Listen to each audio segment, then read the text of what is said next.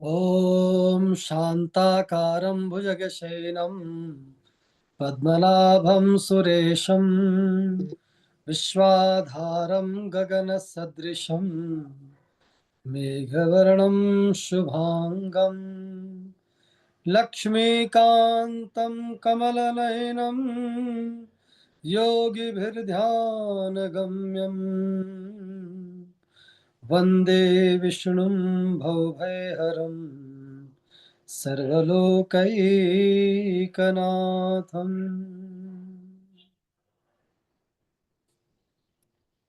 बहुत बहुत धन्यवाद अमिताभ जी। तो इसकी थोड़ी सी भूमिका बता दूं। वैसे आप में से बहुत सारे जो मित्र पहले कार्यक्रम में पधारे थे, आपने तो सुना ही है। तो ज़्यादा मैं समय नहीं लूँगा। तो इस वर्ष 2025 से हमने ये मन बनाया सबने मिलकर कि हर महीने के प्रथम शनिवार को, आपको ज्ञात ही है, हम 5 वर्षों से यहाँ पर इस पटल पर हर शनिवार को मिलते हैं सवा घंटे के लिए। और हम अपने अध्यात्म को, हमारे धर्म को समझने का थोड़ा प्रयास करते हैं। तो हर महीने प्रथम शनिवार को हम श्री विष्णु सहस्रनाम स्तोत्रम का पाठ करेंगे। और पाठ करने में करीब 20 से 25 मिनट का समय लगता है। तो उसका आनंद लेंगे। और उसके बाद में जो भगवान के सहस्र नाम है, यानी 1000 नाम है, उन पर बारी बारी से चर्चा करेंगे। तो अभी जो स्तुति भाई श्री अमिताभ ने की, भगवान विष्णु के शांताकारं भुजगशयनं पद्मनाभं सुरेशं विश्वाधारं गगनसदृशं मेघवर्णं शुभांगं लक्ष्मीकांतं कमलनयनं योगिभिर्ध्यानगम्यं वंदे विष्णुं भवभयहरं सर्वलोकैकनाथम। तो जो पहला हमने कार्यक्रम किया था 4 जनवरी को, उस पर मैंने इस श्लोक पर अपनी अल्पबुद्धि से कुछ चर्चा की थी, इसलिए इसको मैं दोहरा नहीं रहा। तो यदि आप 4 जनवरी के कार्यक्रम में नहीं आए हों तो आपसे मेरा निवेदन है कि आप उसको यूट्यूब को देखें। हम दोबारा उस यूट्यूब को फिर इस व्हाट्सएप ग्रुप पर डाल देंगे, क्योंकि उसको मैं दोहराऊंगा तो समय भी जाएगा, और जो पहले एक बार सुन चुके हैं वो अब बोलेंगे अरे ये क्या दोबारा है वही बात। तो भगवान विष्णु की स्तुति है। और हम प्राय देखते हैं कि हमारे घरों में कार्यक्रम होते हैं, कोई भी कार्यक्रम हो, शुभ कार्यक्रम हो, शादी विवाह, एनिवर्सरी, बच्चे का जन्म, जब जब पंडित जी बुलाए जाते हैं, पुजारी बुलाए जाते हैं, तो इस श्लोक का बार बार उच्चारण किया जाता है, क्योंकि भगवान विष्णु भगवान की स्तुति है।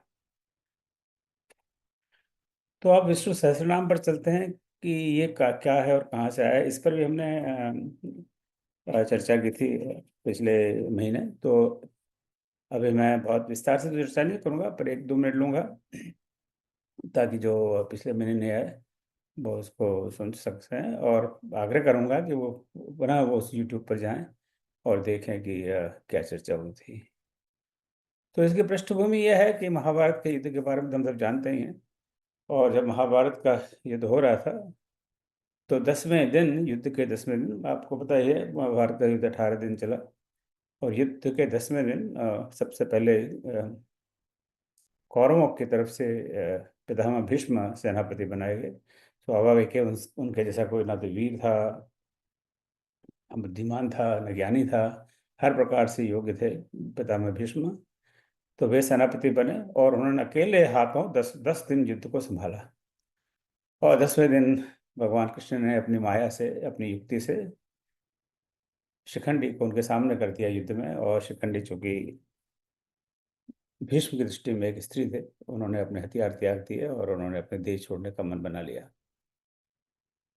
किंतु वो इच्छा मृत्यु का उनको वरदान था, तो उन्होंने, उस समय दक्षिणायन चल रहा था, तो उन्होंने अपनी देह नहीं छोड़ी और वो युद्ध से बाहर हो गए। और युद्ध चलता रहा, 8 दिन और युद्ध चला, 18 दिन युद्ध चला। और फिर हम जानते हैं कि दुर्योधन की मृत्यु हो गई और युद्ध समाप्त हो गया। स्वाभाविक रूप से युद्ध समाप्त हो गया तो लाखों करोड़ों लोग उस युद्ध में मारे गए। बहुत सारी माताएं, बहनें विधवा हुई और बहुत सारे बच्चे अनाथ हो गए। और तब युधिष्ठिर को उस समय वैराग्य हो गया कि अरे ये मैंने क्या किया, अब ऐसा राज्य करके मैं क्या करूँगा। करीब करीब इसी तरह का वैराग्य जो अर्जुन को युद्ध के आरंभ में हुआ। कह रहे इस युद्ध करके हम क्या करेंगे। वही बात। और फिर उन्होंने वही भगवान कृष्ण की शरण लेके, आप बताएं, आप हमें, मुझे तो ये राजपाट नहीं करना, अब क्या करना है इस राजपाट का, यहाँ हमारे सारे हितैषी, हमारे मित्र परिवार सब हमारे। तब भगवान कृष्ण ने अर्जुन की तरह उन्हें संदेश नहीं दिया। उन्होंने कहा कि ये तुम्हारा कर्तव्य है ये राजपाट करना, पर इसके लिए ज़्यादा जानकारी के लिए तुमको मैं देता हूँ हेल्पलाइन, कॉल अ फ्रेंड। फोन अ फ्रेंड क्या होता है ना, अमिताभ बच्चन जी का, वो है पितामह भीष्म। हम पितामह भीष्म के पास चलते हैं, और वो उनसे, उनके जितना विद्वान अनुभवी ज्ञानी कोई नहीं है इस संसार में, और उनसे सलाह करते हैं कि वो क्या कहते हैं। वो कहते हैं कि भाई चलो ठीक है, तुम छोड़ छाड़ के अपना संन्यास ले लो तो ले लेना। तब वो पितामह भीष्म के जाते हैं। तो बहुत बड़ा विस्तार इसका वर्णन महाभारत में, आप जानते हैं महाभारत एक सबसे बड़ा ग्रंथ अब तक लिखा गया है किसी भी भाषा में, किसी भी देश में। 1 लाख से भी अधिक इसमें श्लोक हैं। अगर आप गीता प्रेस की से खरीदेंगे तो मैं आपको उसका एक खंड बता रहा हूँ। एक- ये इतना मोटा खंड है इसका, ये देखिए, आप थोड़ा दिखाई देगा आपको। और इसमें ये सिर्फ छठा खंड है, और इसमें कितने पन्ने हैं। अच्छा, ये कंटिन्यूस कंटिन्यूस प्रश्न नंबर है, तो इसमें 6520 पृष्ठ हैं, यानी शुरू से लेकर अब तक, और उसके आगे जो भी खंड हो गए मेरे पास 2 या 3 खंड है, बाकी तो मेरे पास है भी नहीं। तब भगवान, तो पितामह भीष्म और महाराज युधिष्ठिर वो महाराज बन चुके हैं, उन्होंने राज्याभिषेक तो कर लिया, पर उनका मन नहीं, के बीच में बड़ी चर्चा होती है, और सब भिन्न भिन्न विषयों पर चर्चा होती है। मैंने तो इसके पहले महाभारत नहीं पढ़ा था, अभी भी नहीं पढ़ा है।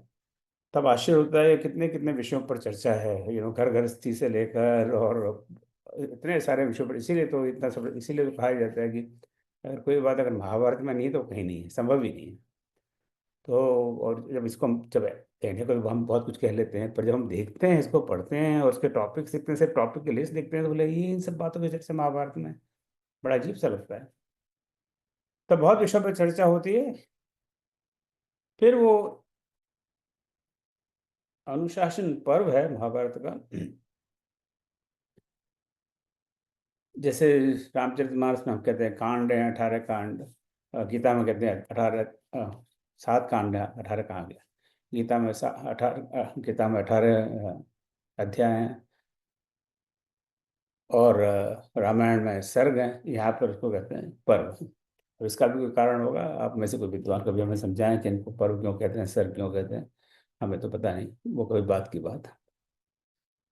तो जो अनुशासन पर्व है, इसके अध्याय 149, 149, इसमें ये विष्णु सहस्त्रनाम स्तोत्र में, और इस पर्व का नाम ही है विष्णु, श्री विष्णु सहस्त्रनाम स्तोत्र में। तो इसमें आरंभ में ही युधिष्ठिर कहते हैं किमेकम दैवतम लोके किम वाप्येकम परायणम स्तुवंत कम कर्वचंत प्राप्नुयो मानवा शुभम। हे दादाजी, हे पितामह, समस्त जग में एक ही देव कौन है, तथा इस लोक में एक ही परम आश्रय स्थान कौन है। Who is the only one in this ब्रह्मांड। किस देव की स्तुति गुण कीर्तन करने से, तथा किस देव का नाना प्रकार से बाह्य और आंतरिक पूजन करने से मनुष्य कल्याण की प्राप्ति कर सकते हैं। तो बड़ा बहुत महत्वपूर्ण प्रश्न है ये। आज भी हमारे मन में ये प्रश्न रहता है। सौभाग्य से हमारे पास बहुत सारे देवी देवता हैं, पर दुर्भाग्य भी है कि उसमें हम कंफ्यूज रहते हैं कि हम हनुमान जी को पूजें या राम को पूजें, इस देवी को पूजें या उस देवता को पूजें, इस नीम के पेड़ पे पानी चढ़ाएं या उस पीपल के पेड़ पे चढ़ाएं। तो ये स्वाभाविक कंफ्यूजन रहता है, और इस बात की जो और धर्म के लोग हैं वो उसको हमारी निंदा भी करते हैं, और हमारे पास कई बार प्रश्न इसके होते नहीं है। तो स्ट्रेट क्वेश्चन है युधिष्ठिर, महाराज युधिष्ठिर का, कि आप मुझे बताएं कि किस किस देव का नाना प्रकार से बाह्य और आंतरिक पूजन से, बाहरी भी पूजन करें, हम जैसे बाहरी पूजन करते हैं, तिलक तिलक लगाते हैं, भोग लगाते हैं, और बाहरी हो गया, और आंतरिक जो मन से करते हैं, उससे मनुष्य कल्याण की प्राप्ति कर सकते हैं। वो सारे मानव जाति के लिए प्रश्न कर रहे हैं। वो नहीं कर रहे कि किससे मेरा कल्याण होगा, सारे मानव जाति का। ये देखिए इनके बड़ी बात है कि इससे सारे मानव जाति का कल्याण होगा। मेरा तो हो चुका जो कल्याण होना था वो, पर मानव जाति का कल्याण क्या होगा। को धर्म सर्वधर्माणां भवतः परमो मतः किम जपन मुच्यन्ते जतो जन्म संसार बंधनात्। आप समस्त धर्मों में किस धर्म को परम श्रेष्ठ मानते हैं तथा किसका जप करने से जीव जन्म मरण रूप संसार बंधन से मुक्त हो जाता है। तो इन दो श्लोक में, श्लोक नंबर 2, श्लोक नंबर 3, अनुशासन इस अध्याय के जो अनुशासन पर्व में अध्याय नंबर 149 है, ये पूछे फिर महात्मा भीष्म, पितामह भीष्म उसका उत्तर देते हैं। और जगत प्रभुम देव देव देव अनंतम पुरुषोत्तमम स्तुवन नाम सहस्रेण पुरुष स्तुतो स्थिता। भीष्म जी कहते हैं, स्थावर जंगम रूप संसार के स्वामी, ब्रह्मादि देवों के देव, देश काल और वस्तु से अपरिछन्न क्षर अक्षर श्रेष्ठ पुरुषोत्तम का सहस्र नामों के द्वारा निरंतर तत्पर रहकर गुण कीर्तन करने से, संकीर्तन करने से पुरुष सब दुखों से पार हो जाता है। सो श्रेष्ठ पुरुषोत्तम के सहस्र नाम का गुण संकीर्तन करने से, और फिर इस पर आगे वो और व्याख्या करते हैं कैसा हम क्यों करते हैं। तो श्लोक, ये श्लोक 4 था, फिर 5, 6, 7, 8, 9 में इसी पर बात करते हैं। और फिर श्लोक 13 में वो कहते हैं, यानि नामानि गौणानि विख्यातानि महात्मना ऋषिभिः परिगीतानि तानि वक्ष्यामि भूते। महान आत्मस्वरूप विष्णु के जो नाम गुण के कारण प्रवृत्त हुए हैं और उनमें से जो जो प्रसिद्ध हैं और मंत्र दृष्टा मुनियों के द्वारा जो सर्वत्र गाए हैं, उन समस्त नामों का पुरुषार्थ सिद्धि के लिए वर्णन करता हूँ। तो वो कहते हैं उनमें से जो जो प्रसिद्ध है, यानी नाम तो उनके और भी बहुत हैं, जो भगवान विष्णु के जो पता नहीं लाखों करोड़ों जितने भी नाम होंगे उतने तो भैया मेरे पास ना तो सुनाने का टाइम है ना तो तुमको तो सुनने का टाइम है। और बाद में कलयुग में ये लोग वैष्णव सहस्त्र नाम की क्लास करेंगे तो वहाँ तो कोई नहीं सुनेगा इतने नाम, तो मैं 1000 ही अभी बता देता हूँ उनको। तो जो विष्णु विष्णु के जो नाम गुण के कारण प्रवृत्त हैं, तो ये सारे नाम उनके गुण बताते हैं। तो कई बार ये पता नहीं लगता कि ये नाम है, अगर व्याकरण की दृष्टि से संज्ञा है या विशेषण है, दोनों एक दूसरे से मिक्स हो जाते हैं, राइट। अब करुणा निधान भगवान राम का नाम है या फिर ये उनका विशेषण है, अब ये व्याकरणाचार्य इस पर चर्चा कर सकते हैं, वो हमारी सोच से बाहर की बात है।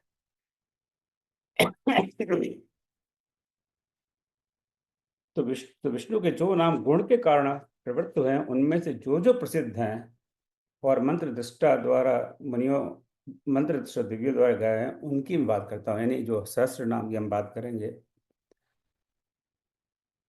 ये कह रहे हैं विष्णु पिता में, मैं उनकी बात करता हूँ। वैसे तो बाकी सारी बातों के नाम करता हूँ। और उसके बाद फिर श्लोक 14 से लेकर विष्णु सहस्त्र नाम पर 107 श्लोक बताते हैं भगवान विष्णु के स्तुति में, उनके नाम की स्तुति से, और उन्हीं का पाठ हम करेंगे। अब इसके लिए मैं जैसे मैंने कहा, मैंने थोड़ा संक्षेप में बताया है, अगली बार से फिर इसको फिर दोहराएंगे नहीं, पर विस्तार से थोड़ा जानना चाहें तो आप लास्ट महीने की जो पिछला महीना 4 जनवरी की यूट्यूब देखिएगा। अब हम विष्णु सहस्त्र नाम का पाठ का आरंभ करेंगे। तो आज के पाठ करने वाले हैं श्रीवास्तव, वे लीड करेंगे। फिर उनके साथ ही हैं श्रीमती अदिति पंड्या, डॉक्टर कामेश्वरी, श्रीमती शकुंतला श्रीवास्तव, भाई अमिताभ और श्रीमती सरिता श्रीवास्तव। तो ये भी करीब 20 से 25 मिनट का पाठ हो। आपसे मेरा विनम्र निवेदन है कि अपने आप को सब म्यूट रखें और बस एकदम एकाग्रचित्त होकर 20 मिनट पाठ का आनंद लें। समझ में कुछ भी नहीं आएगा, हमारे तो कुछ भी समझ में नहीं आता, पर ये समझने की बात नहीं है, मन के भाव की बात है, राइट। तो मन का भाव होना चाहिए, भगवान में ध्यान होना चाहिए। ये पाठ सब इसलिए हैं कि हम अपना मन केंद्रित कर सकें।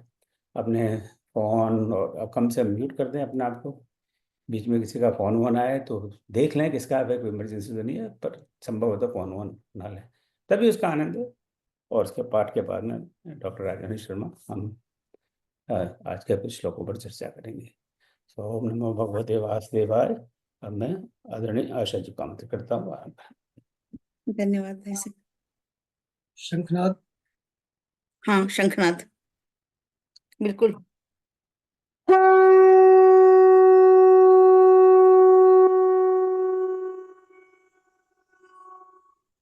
ओम श्री परमात्मने नमः। अथ श्री विष्णु सहस्रनाम स्तोत्रम्। हरि ओम। ओम विश्वं विष्णुर्वषट्कारो भूत भव्य भवत् प्रभुः भूतकृत् भूतभृद्भावो भूतात्मा भूत भावनः। अदिति भूतात्मा परमात्मा च मुक्तानां परमागतिः अव्ययः पुरुषः साक्षी क्षेत्रज्ञोऽक्षर एव च योगी योगविदां नेता प्रधानपुरुषेश्वरः नारसिंहवपुः श्रीमान् केशवः पुरुषोत्तमः। सर्वः शिवस्थाण भूतादिर्निधिरव्ययः सम्भवो भावनो भर्ता प्रभवः प्रभुरेश्वरः। स्वयं भूशम्भुरादित्यः पुष्कराक्षो महास्वनः अनादिनिधनो धाता विधाता धातुरुत्तमः। अप्रमेयो ऋषिकेश पद्मनाभो मरप्रभो विश्वकर्मा मनुस्वष्टा स्वविष्ठः स्वविरो ध्रुवः।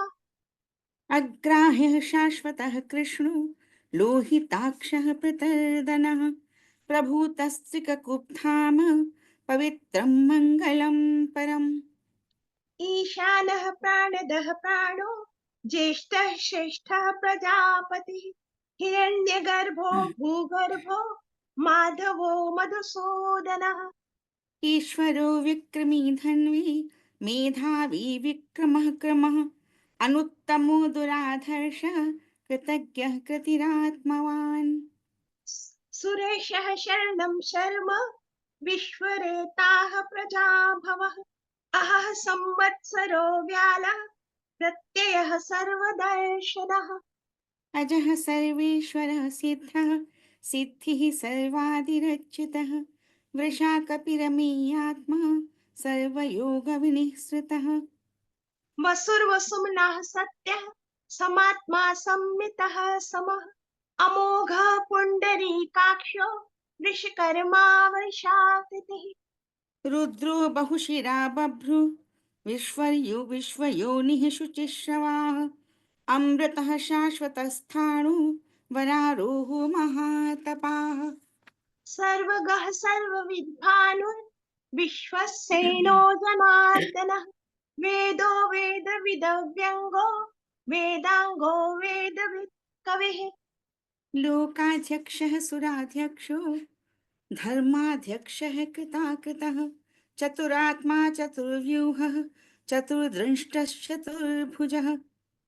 राजिष्णुर्भोजनं भोक्ता सहिष्णुर्जगदादिजः अनघो विजयो जेता विश्वयोनिः पुनर्वसुः। उपेन्द्रो वामनः प्राशो अमोघः शुचिरोर्जितः अतीन्द्रः सङ्ग्रहः सर्गो धृतात्मा नियमो यमः।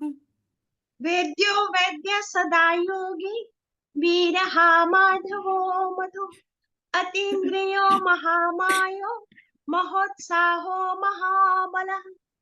महाबुद्धिर्महावीर्यो महाशक्तिर्महादितिः अनिर्देश्य वपु श्रीमान् अमी आत्मामृता महादृजक्। महेश्वासो महीभर्ता श्रीनिवासः सतां गतिः अनिरुद्धः सुरानन्दो गोविन्दो गोविदाम्पतिः। मरीचिर्दमनो हंसः सुपर्णो भुजगोत्तमः हिरण्यनाभः सुतपाः पद्मनाभः प्रजापतिः।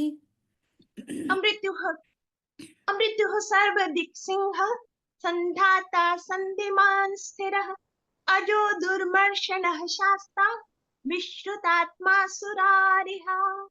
गुरुर्गुरुतमो धाम सत्यः सत्यपराक्रमः निमिषो निमिषः स्रग्वी वाचस्पतिरुदारधीः। अग्रणी ब्राह्मणः श्रीमान् न्यायो नेता समीरणः सहस्रमूर्धा विश्वात्मा सहस्राक्षः सहस्रपात् आवर्तनो निवृत्तात्मा संवृत्तः संप्रमर्दनः अहः संवर्तनो बह्निर् अनिलो धरणीधरः सुप्रसादः प्रसन्नात्मा विश्वधिग्विश्वभुग् विभो सत्कर्ता सत्वितः साधुर्जुह्युर्नारायणो नरः असंख्येयो प्रमेयात्मा विशिष्टः शिष्टकृच्छुचिः सिद्धार्थः सिद्धसङ्कल्पः सिद्धिदः सिद्धि साधनः वृषाहि वृषभो विष्णुर्वृषपर्वा वृषोदरः वर्धनो वर्धमानश्च विविक्तः श्रुतिसागरः सुभुजो दुर्धरो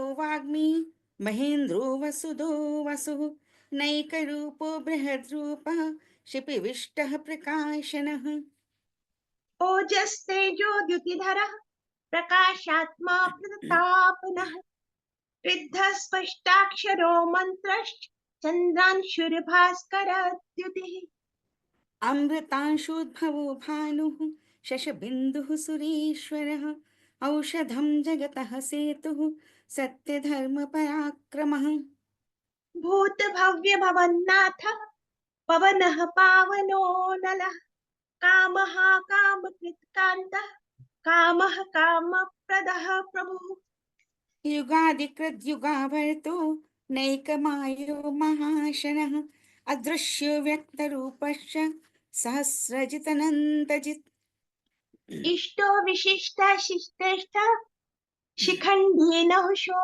विशः क्रोधः क्रोधकृत्कर्ता विश्वबाहुर्महीधरः अच्युतः प्रथितः प्राणः प्राणदो वासवानुजः अपान्निधिरधिष्ठानम् अप्रमत्तः प्रतिष्ठितः स्कन्दः स्कन्दधरो दुर्यो वरदो वायुवाहनः वासुदेवो बृहद्भानुर् आदिदेवः पुरन्दरः अशोकस्तारणस्तारः शूरः शौरिर्जनीश्वरः अनुकूलः शतावर्तः पद्मी पद्मनिभीक्षणः पद्मनाभोरविन्दाक्ष पद्मगर्भः शरीरभित् महर्दिरिद्धो विद्धात्मा महाक्षो गरुडध्वजः अतुलः शरभो भीमः समयज्ञो हविर्हरिः सर्वलक्षणलक्षण्यो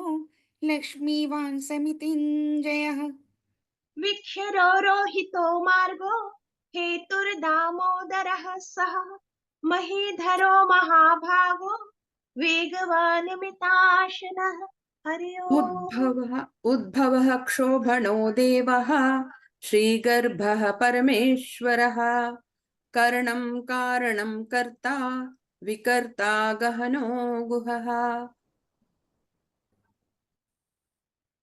व्यवसायो व्यवस्थानः संस्थानः स्थानदो ध्रुवः परर्दधिः परं स्पष्ट तुष्टः पुष्टः शुभे क्षणः रामो विरामो विरजो मार्गो नेयो नयो अनयः वीरः शक्तिमतां श्रेष्ठो धर्मो धर्मविवुत्तमः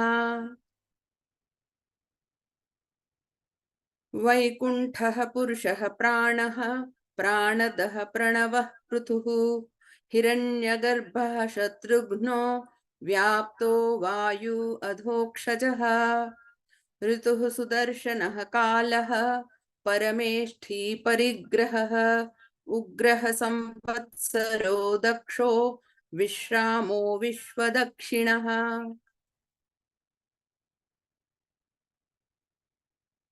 विस्तारः स्थावरस्थाणुः प्रमाणं बीजमव्ययम् अर्थो अनर्थो महाकोशो महाभोगो महाधनः अनिर्विणः स्थविष्ठोः भूः धर्मो युपो महामखः नक्षत्रनेमि नक्षत्री क्षमः क्षामः समीहनः यज्ञ इज्यो महेज्येश्च रतुः सत्रं सतां गतिः सर्वदर्शी विमुक्तात्मा सर्वज्ञो ज्ञानमुत्तमम् सुव्रतः सुमुखः सूक्ष्मः सुघोषः सुखदः सुहृत् मनोहरो जितक्रोधो वीरबाहुः विदारणः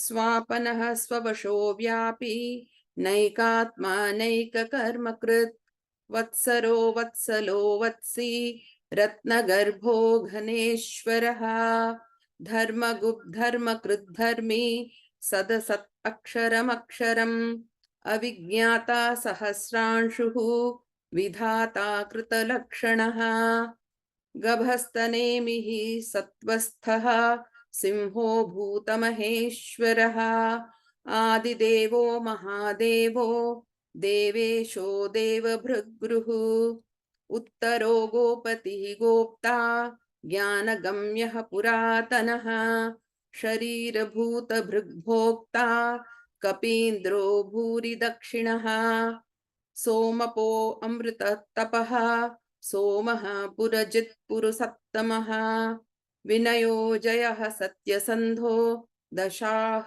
सात्वतां पतिः जीवो विनयिता साक्षी मुकुन्दो अमितविक्रमः अम्भोनिधिः अनन्तात्मा महोदधिशयोऽन्तकः अजो महर्ह स्वभाव्यो जितामित्रः प्रमोदनः आनन्दो नन्दनो नन्दः सत्यधर्मा त्रिविक्रमः महर्षिः कपिलाचार्यः कृतज्ञो मेदनीपतिः त्रिपदः त्रिदशाध्यक्षो महाशृङ्गः कृतान्तकृत् महावराहो गोविन्दः सुशेषणः कनकाङ्गदी गुह्यो गभीरो गहनो गुप्तश्चक्रगदाधरः वेदाः स्वाङ्गोजितः कृष्णो दृढः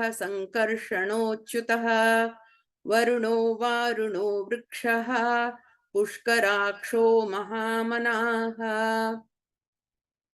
भगवान् भगहानन्दी वनमाली हलायुधः आदित्यो ज्योतिरादित्यः सहिष्णुः गतिसत्तमः सुधन्वा खण्डपरशुः दारुणो द्रविणप्रदः दिवि स्पृक्सर्वदृग्व्यासो वाचस्पति अयोनिजः त्रिसामा सामगः सामा निर्वाणं भेषजं भिषक् सन्न्यासकृच्छमः शान्तो निष्ठा शान्तिः परायणम् शुभाङ्गः शान्तिदः सृष्टा कुमुदः कुवलेशयः गोहितो गोपति गोप्ता वृषभाक्षो वृषप्रियः अनिवर्ती निवृत्तात्मा संक्षेप्ता क्षेमकृच्छिवः श्रीवत्सवक्षाः श्रीवासः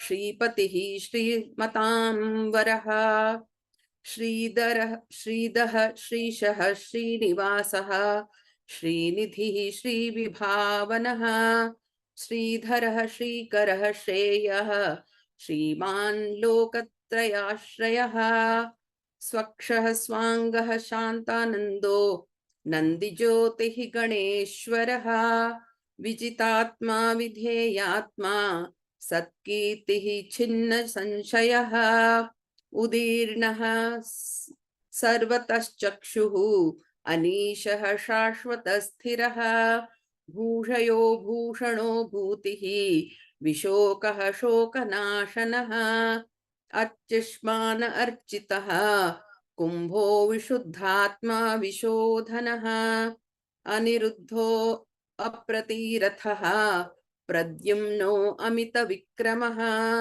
कालनेमी निहावीरः शौरिः शूरजनेश्वरः त्रिलोकात्मा त्रिलोकेशः केशवः केशिहा हरिः कामदेवः कामपालः कामी कान्तः कृतागमः अनिर्देश्य वपुः विष्णुः वीरो अनन्तो धनञ्जयः। ब्रह्मण्यो ब्रह्मकृद् ब्रह्मा ब्रह्म ब्रह्म विवर्धनः ब्रह्मविद् ब्राह्मणो ब्रह्मी ब्रह्मज्ञो ब्राह्मणप्रियः महाक्रमो महाकर्मा महातेजा महोरगः महाक्रतुर्महायज्वा महायज्ञो महाहविः। स्तवयः स्तवप्रियः स्तोत्रं स्तुतिः स्तोतारणप्रियः पूर्णः पुरयिता पुण्यः पुण्यकीर्तिरनामयः मनोजवस्तीर्थकरो वसुरेता वसुप्रदः वसुप्रदो वासुदेवो वसुर्वसुमना हविः। सद्गतिः सत्कृतिः सत्ता सद्भूतिः सत्परायणः शूरसेनो यदुश्रेष्ठः सन्निवासः सुयामुनः भूता वासो वासुदेवः सर्वासु निलयो नलः दर्पः दर्पदो द्रप्दो दुर्धरोत्थापराजितः। विश्वमूर्तिः महामूर्तिः दीप्तमूर्तिरमूर्तिमान् अनेकमूर्तिरव्यक्तः शतमूर्तिः शताननः एको नैकः सवः कः किं यत्तत्पदं नुत्तमं लोकबन्धुर्लोकनाथो माधवो भक्तवत्सलः। सुवर्णवर्णो हेमाङ्गो वराङ्गश्चन्दनाङ्गदी वीरः विषमः शून्यो निताशीरचलश्चलः अमानी मानदो मान्यो लोक स्वामी त्रिलोकधृक् सुमेधा मेधजो धन्यः सत्यमेधाधराधरः। तेजो वृषोदितिधरः सर्वशस्त्रभृताम्बरः प्रग्रहो निग्रहो व्यग्रो नैकशृङ्गो गदाग्रजः चतुर्मूर्तिश्चतुर्बाहुश्चतुर्व्यूहा चतुर्गति चतुरात्मा चतुष्भावो वे चतुष्भावः चतुर्वेद विदेकपात्। समावर्तो निवृतात्मा दुर्जयो दुरतिक्रमः दुर्लभो दुर्गमो दुर्गो दुरावासो दुरारिहा शुभांगो लोकसारंग सुतंतुस्तंतुवर्धनः इंद्रकर्मा महाकर्मा कृतकर्मा कृतागमः। उद्भवः सुन्दरः सुन्दो रत्ननाभः सुलोचनः अर्को वाजसनः शृङ्गी जयन्तः सर्वविजयी सुवर्ण बिंदुशोभ्या सर्ववागीश्वरेश्वरः महाहृदो महागर्तो महाभूतो महानिधिः। कुमुदः कुन्दरः कुन्दः पर्जन्यः पावनो निलः अमृताशोऽमृतवपुः सर्वज्ञः सर्वतोमुखः सुलभा सुव्रतः सिद्धा शत्रुजित् शत्रुतापनः न्याग्रोधो दुम्बरो अश्वत्थ चारूरार्धनिषूदनः। सहस्रार्चिः सप्तजिह्वः सप्तैधाः सप्तवाहनः अमूर्तिरनघो चिन्त्यो भयकृदभयनाशनः अनुर्बृहत् कृशः स्थूलो गुणभ्रन्निर्गुणो महान् अधृतः श्रुद्धतः स्वास्यः प्रागुवंशो वंशवर्धनः। भारभृत्कथितो योगी योगीशः सर्वकामदः आश्रमः श्रमणः क्षामः सुपर्णो वायुवाहनः धनुर्धरो धनुर्वेदो दण्डो दमयिता दमः अपराजितः सर्वसहो नियन्ता नियमो यमः। तत्त्ववान् सात्विकः सत्यः सत्यधर्मपरायणः अभिप्रायः प्रियार्होरः प्रियकृतप्रीतिवर्धनः विहाय सगतिर्ज्योतिः सुरुचिरुद्भुग्विभुः रविर्विरोचनः सूर्यः सविता रविलोचनः। अनन्तो हुतभुग्भोक्ता सुखदो नैकजोग्रजः अनिर्भिन्नः सदा महर्षि लोकाधिष्ठानमद्भुतः सनातनतमः कपिलः कपिर्प्ययः स्वास्तिदः स्वास्तिकृत् स्वस्ति स्वस्ति भुक् स्वस्ति दक्षिणः।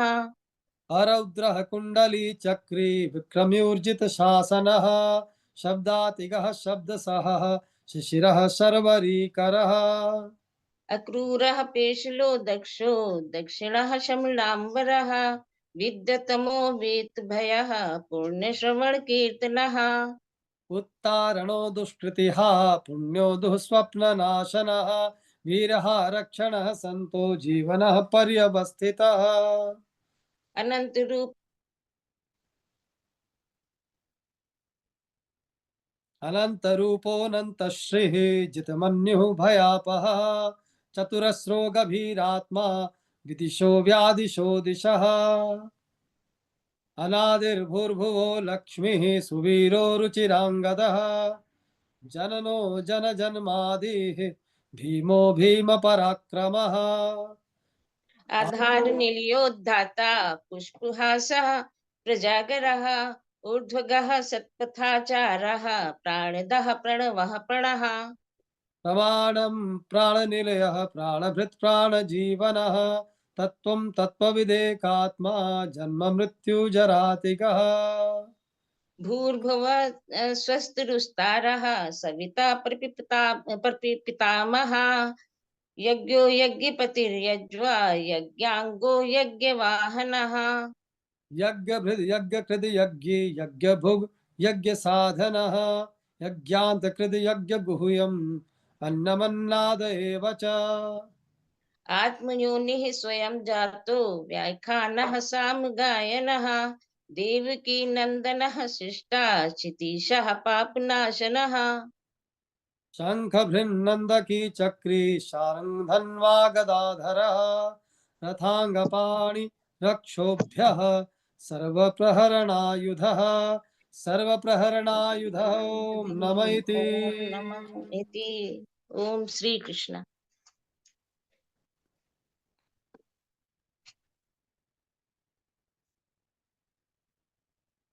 ओम नमो भगवान।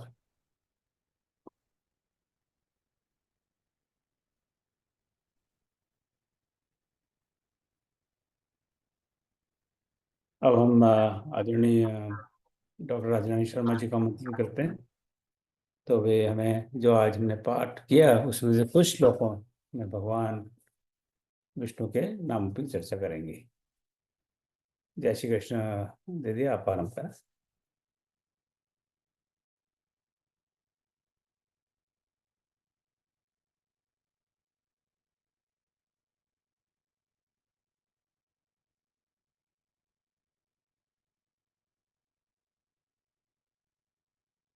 दीदी आप म्यूट में हैं।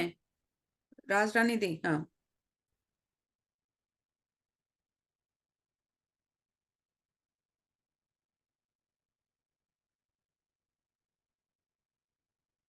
अब भी म्यूट है दीदी आप? आप म्यूट हैं दीदी राजरानी राजरानी दीदी आप म्यूट हैं।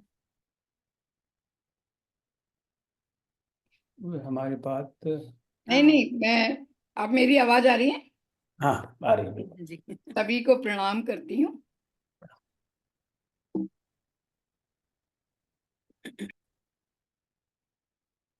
एक सेकेंड, मैं अपना फोटो नीचे लिया। पहली बार मैं कर रही हूँ तो थोड़ा सा। जी, मैं आप सबको, आप मेरी आवाज आ रही है सबको? बहुत बढ़िया। जी बिल्कुल। ओम नमो भगवते वासुदेवाय। सभी को प्रणाम करती हूँ। आदरणीय ओम जी को विशेष प्रणाम जिन्होंने मुझे ये अवसर दिया। बहुत सुंदर पाठ हम लोगों ने सुना, रोमांच होता है। कोई तो कारण होगा जो हम सब लोग यहाँ पर इस पटल पर जुड़े हैं और मुझे इसमें भाग लेने का मौका प्रभु की कृपा से मिला है। मैं प्रारंभ करती हूँ कि जैसे विष्णु सहस्त्र नाम पर हम चर्चा कर रहे हैं, तो पहले हम विष्णु शब्द को देखें। विष्णु की व्युत्पत्ति विष धातु से हुई है। नु प्रत्यय बहुत संक्षिप्त में बताऊंगी। ये व्याप्ति के अर्थ में ली जाती है। बार बार ये कहा जाता है कि ये वो विभु है। विभु यानी जो हर चीज में प्रवेश किए हुए हैं प्रभु विष्णु भगवान। तो इसलिए उनको, उनकी शक्ति को ऋग्वेद में भी और विष्णु सूक्त में भी, अनेकानेक ग्रंथों में, विष्णु पुराण में, विष्णु तत्व में, विष्णु ग्रंथ में, वो यही कहा जाता है कि वो हर जगह प्रवेश कर जाते हैं। और व्यापक है जो अणु अणु में, ये मैं अपनी तरफ से कह रही हूँ, जो अणु अणु में व्याप्त हैं वे विष्णु भगवान की हम प्रार्थना करते हैं। जिनके नाम लेने से ही हमें बहुत आनंद होता है, ऐसे विष्णु भगवान के नामों की हम चर्चा करते हैं। मैंने ये कुछ बिंदु जो कि आदरणीय ओम जी ने अपनी बात में बता दिए, फिर भी मैं यहाँ पर कहती हूँ कि 1000 नामों के साथ जब हम स्तुति करते हैं, उस शैली को हम सहस्त्र नाम शैली कहते हैं। महाभारत जो आपने बताई दिया आदरणीय ने कि ये युधिष्ठिर ने जो 6 प्रश्न पूछे थे, युधिष्ठिर जो धर्म के अवतार माने जाते हैं, और विष्णु सहस्त्र नाम को एसेंस ऑफ महाभारत माना जाता है, महाभारत का सार माना जाता है। एक और बात मुझे यहाँ आपसे शेयर करनी है, विष्णु सहस्त्र नाम में विष्णु भगवान के कुल 1030 नाम हैं, जो भाष्यकारों ने क्लब करके या 1-2 के 1 करके 1000 कर दिए, ताकि हम सहस्त्र नाम परंपरा में जा सकें। एक और बात ये है कि ये ऐसा ये मंत्र है जिसके साक्षी स्वयं परात्पर ब्रह्म श्री कृष्ण है। उनकी साक्षी में ये कहा गया है, श्री कृष्ण ना केवल साक्षी हैं बल्कि इसके श्रोता भी हैं। जैसे रामायण महाकाव्य के श्रोता स्वयं राम हैं, ऐसे ही विष्णु सहस्त्रनाम के श्रोता साक्षात विष्णु कृष्ण भगवान वहां पर उपस्थित हैं, इसलिए इसकी महिमा बहुत अलग है। अब मैं थोड़ा सा बस वर्गीकरण बताऊंगी, फिर नामों पर आती हूँ। एक बड़ी बात यह है इसमें कि कुल 1030 नाम है जो मैंने बताया, उनमें से 960 नाम हैं जो एक पद के हैं, एक शब्द एक नाम। 30 नाम ऐसे हैं, माने एक शब्द एक नाम से मेरा मतलब है जिनमें कोई सामासिक पद नहीं है, स्फुट है, स्फुट माने अकेले हैं। और 30 नाम ऐसे हैं जो एक से अधिक नामिक पदों से मिलकर बने हैं। यहाँ प्रसंग से मैं ये बता दूं, आदरणीय ओम जी अभी कह रहे थे कि नाम है, विशेषण है, क्या है, पर्याय है, मुझे नहीं मालूम, बस केवल मैं निवेदन के साथ ये कह रही हूँ। एक होता है नाम, नाम हमारी पहचान होता है, और एक होता है विशेषण। विशेषण जो होता है वो हमारे सारे माने कृत्य को, सारे कर्म संसार को बताता है, हमारी पहचान में क्या क्या आता है इन सब में। अर्थात विष्णु सहस्त्र नाम अंतर कथाओं का समुच्चय है, बहुत सारी अंतर कथाएं हैं। और ज्यादा विस्तार न करते हुए मैं कभी इसको लिखूंगी तब बताऊंगी आपको। 30 नाम ऐसे हैं जो एक से अधिक नामों के मिलकर बने हैं, जैसे मुक्ता नाम परमागति, वो छिप रहा है इसमें, मेरे को करना नहीं आता। मुक्ता नाम परमागति एक पद है, पदबंध है, एक फ्रेज है, यानी इनमें 3 शब्द हैं। आप देखिए इस प्रकार के 30 नाम, और 6 नाम ऐसे हैं जो एक से अधिक नामों से मिलकर बने हैं। जैसे हवि भी भगवान का एक नाम है, हरि भी भगवान का एक नाम है। एक और नाम है जो छिप रहा है, चतुर्वेद विदेक पाठ, चतुर्वेद विदेक। तो मैंने इस तरह के नाम हैं 6 कुल। और हम आगे चलें तो देखते हैं 96 नामों की पुनरावृत्ति हुई है सहस्त्र नाम में। उन सहस्त्र हजार नामों में 96 नाम ऐसे हैं जो 2 बार आए हैं। बहुत सारे कारण हैं, काव्यात्मकता उसमें कारण है, लयात्मकता कारण है, कथात्मकता कारण है, ज्ञान कारण है, और ये सूचनात्मकता कारण है, इसलिए उनकी पुनरावृत्ति की है। और ये भीष्म पितामह जिनका पूरा जीवन एक तप था, उन्होंने शरशैया पर लेटे हुए ये अद्भुत ये भेंट हमें पूरे संसार को दी है, जिसको एसेंस ऑफ महाभारत कहा जाता है। और 2 नामों की 4 बार आवृत्ति हुई, 2 नामों की, 3 नामों की, ये 96 में से हैं, मैं आपको बता दूं। 3 नामों की 12, वो मेरे पास है उसकी लिस्ट, कभी आलेख मैं शेयर करूंगी तब बताऊंगी। 3 नामों की 12 बार आवृत्ति हुई। 82 नाम 2 बार आवृत्ति, माने 2 बार आए हैं 82 नाम। तो इस तरह से पूरा मैंने एक कैलकुलेशन यहाँ पे दिया है किताबों में भी, 960 धन 30 धन 8 धन 2, ऐसे करके कुल 1000 होते हैं। भाष्यकारों ने क्या किया, हमारे लिए बड़े बड़े ऋषि मुनियों ने, बड़े बड़े संत महात्माओं ने सुगम कर दिया। जैसे कि आदरणीय ओम जी कह रहे थे, पद्म पुराण में, विष्णु पुराण में, अनेकानेक मत्स्य पुराण में, बहुत जगह विष्णु पुराण की चर्चा की गई है, विष्णु सहस्त्र नाम की चर्चा की है अपने अपने ढंग से। 108 नाम भी बड़े प्रसिद्ध हैं। तो इतनी नाम की बात करके मैं 2 श्लोक प्रारंभ के पहले चर्चा कर चुकी, समय को बचाने के उद्देश्य से उनकी बात नहीं कहती हूँ। ये बात मुझे यहाँ पर कहनी थी। बहुत सारी बातें हैं, लेकिन समय को ध्यान में आदरणीय ने कहा कि 50-60 नाम हम कर पाए। तीसरा जो इसका श्लोक है, जो 14 श्लोकों के बाद शुरू होता है, जिसका आज पाठ हुआ, उसका ये तीसरे क्रम का है। योगो योग विदाम नेता प्रधान पुरुषेश्वर नारसिंह बपू श्रीमान केशव पुरुषोत्तम। तो इसमें 18 से लेके 24 नाम तक हैं। एक और बात मैं यहाँ प्रसंग से स्पष्ट कर दूं कि एक 10-10 के 10 जोड़े हैं। 10 माने एक श्लोक में जरूरी नहीं है 10 नाम है, किसी में 8 हैं, किसी में 12 हैं, किसी में 11 हैं। इस प्रकार से काव्यात्मकता की मांग के आधार पर इनको रचा गया है। दूसरी बात यह है कि वो जो 10-10 100 नाम के शतक हैं, 10 शतक हैं, और 10 शतक को मिलाकर उनका भी आप ढूंढ सकते हैं। उनमें बड़ा ही क्रम है। ये डेवलपिंग स्टेज के लिखे गए हैं। माने योग है तो योग विदाम भी है, नेता है तो प्रधान भी है। तो इसमें रिदम है, ना केवल शब्दों की, अर्थ की भी रिदम है। हमें इसका गहन चर्चा करनी चाहिए, बहुत कितना भी इसमें गहन जा सके, लेकिन समय हमारे लिए बड़ा अनमोल है। तो अगर हम 18वां नाम देखें, यहाँ मैंने दूसरा 1 2 3 4 दे दिया। अगर उसको 18वां नाम इसका देखें सहस्रनाम का, वो है योग। योगो तो संधि से हो गया है, तो योग शब्द, जैसा कि बहुत बार हम गीता का अध्ययन कर रहे हैं कुंज जी की उससे, तो योग शब्द युज्य से बना है, जुड़ने के अर्थ में। जो योग द्वारा जाने जा सकते हैं उनको हम माने उनका नाम ही योग है। आप सोचिए, माने इतना अधिक योगेश्वर हैं, माने प्रभु कृष्ण नारायण हरि। अब बहुत विस्तार में न जाकर हम ये कहें, वो योग हैं। योग को गीता में समाधि कहा गया है, योग को गीता में समत्वम योग उच्यते कहा है, और समाधि का गीता में अर्थ है वो ईश्वर। समाधि माने ईश्वर है गीता में। तो यहाँ अगर भगवान को योग कहा जा रहा है तो ये सर्वथा संगत है।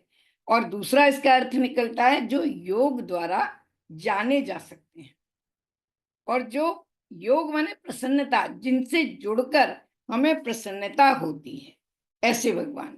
और जो सदा समरूपता की स्थिति में स्थित रहते हैं, अवस्था में स्थित रहते हैं। और एक और बात, भगवान ऐसे हैं जो अकेले ही आनंद प्रदान करने में सक्षम है। उनको प्राप्त करने के बाद किसी भी साधन की हमें आवश्यकता नहीं पड़ती है। स्वयं ही साधन है, स्वयं ही साध्य है। और जिसका उद्घोष उन्होंने गीता में क्या कहा, अहम त्वाम सर्व पापेभ्यो मोक्षयिष्यामि मा शुचः। इतनी बड़ी गारंटी उन्होंने हमें दी है आनंद की।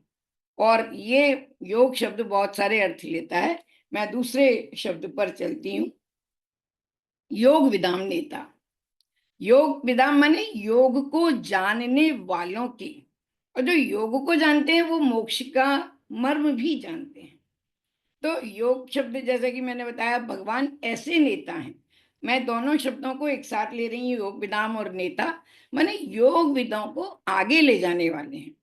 जरा भी जिनकी ईश्वर में रुचि है उनको वो स्थिति प्रदान करने वाले हैं कि तुम्हारे लिए ये मार्ग है, तुम इस पर चलो। और माने ऐसे नेता हैं जो योग में रत मनुष्यों को उनके लक्ष्य तक पहुंचाते हैं। योग अर्थात समाधि और मोक्ष हम पहले भी कह चुके हैं। नेता 2 प्रकार से काम करता है, एक तो बाहर दूर तक प्रगति तक ले जाता है, एक आपको आपके अंदर उतार देता है, आपके अंदर भी ले जाता है, वो भी नेता है। तो प्रभु की जब भी हम चर्चा करते हैं भगवान नाम की, वो हमें अपने अंदर उतारने का माहौल देते हैं, वातावरण देते हैं, प्रेरणा देते हैं। इसलिए उनका नाम बहुत कीमती है, बहुत अनमोल है, और बड़े ही ईश्वर की कृपा से ही हम उसे ले पाते हैं। और ये यहाँ पर है योग विदाम नेता। योग को जानने, कौन जान सकता है योग को? जो जाने जे देह जनाई, जानत तुम्हें ही हो जाए। ये सारे सिद्धांत इंटरमिंगल्ड हैं, एक दूसरे से गुथे हुए हैं। हमारी जब हम पढ़ते हैं तो अपने आप स्मृति में कौंधते हैं। अर्थात दूसरा है इसमें प्रधान पुरुषेश्वरम। तो वो प्रधान है, अर्थात प्रधान अर्थात प्रकृति, पुरुष यानी जीव, दोनों के ईश्वर है। अब आप कहेंगे प्रधान माने प्रकृति कैसे हो गया, संसार में क्या प्रधान है? ये प्रकृति, बहुत तरह प्रकृति को हम अष्टधा प्रकृति भी कहते हैं, नेचर भी कहते हैं। प्रकृति के बहुत सारे अर्थ हैं। ये साहित्य है जहाँ एक शब्द के अनेक अर्थ होते हैं और आपकी व्याख्या को वो फॉलो करते हैं, आपकी व्याख्या के अनुगामी होते हैं। जिस रूप में आप व्याख्या करते हैं उस रूप में वो चलते हैं। तो प्रधान पुरुषेश्वर हैं भगवान, यानी मूल प्रकृति के ईश्वर हैं। और प्रकृति अर्थात माया, और ये भी कहा गया है ईश्वर सर्वभूतानां हृद्देशे अर्जुन तिष्ठति, क्योंकि इसमें लिखा है जीव और प्रकृति, जीव के भी ईश्वर हैं। तो ईश्वर हमारे हृदय में है। बहुत सारे उदाहरण मैंने लिखे हैं इसमें, लेकिन यहाँ पर एक ही बताऊंगी। पुरुष, और पुरुष का अर्थ यहाँ पर अनेक है। बृहदारण्यक उपनिषद में ईश्वर के लिए पुरुष शब्द का प्रयोग किया गया है। और प्रधान, प्रकृति, माया, पुरुष, माने ये तो मैंने आपको बता ही दिया अभी। ईश्वर जो है ईश और वर से बना, वर्च प्रत्यय है इसमें और ईश शब्द है। तो जीवस्तयोर ईश्वर, जो जीव के ईश्वर। ईश्वर के बहुत सारे अर्थ हैं, बहुत सारे ग्रंथों में, हर धर्म में, हर संप्रदाय में ईश्वर को अलग प्रकार से परिभाषित किया गया है। माने जीवन या माने प्रकृति और मनुष्य के वो दोनों के ईश्वर हैं। कपिल मुनि ने सांख्य शास्त्र में पुरुष कहा है उनको, और पुरुष यह लिंग द्योतक ना होकर आत्मा का द्योतक है पुरुष शब्द। ऋग्वेद में विष्णु को ईश्वर कहा गया है, तो ईश्वर के भी बड़े अर्थ हैं। अब आप देखिए कि एक सहस्त्र नाम पढ़ने से हम कितने शास्त्रों का मर्म जान सकते हैं।